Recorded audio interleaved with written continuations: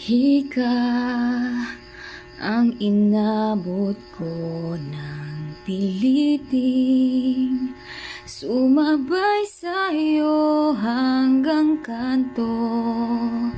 Ang isipan kong parang sweepstakes, ang hirap manalo ngayon. Pag-uwi ko sa bahay, ibaba ang iyong kilay. Ayoko ng ingay. Huwag mo nang itanong sa akin, di ko rin naman sasabihin.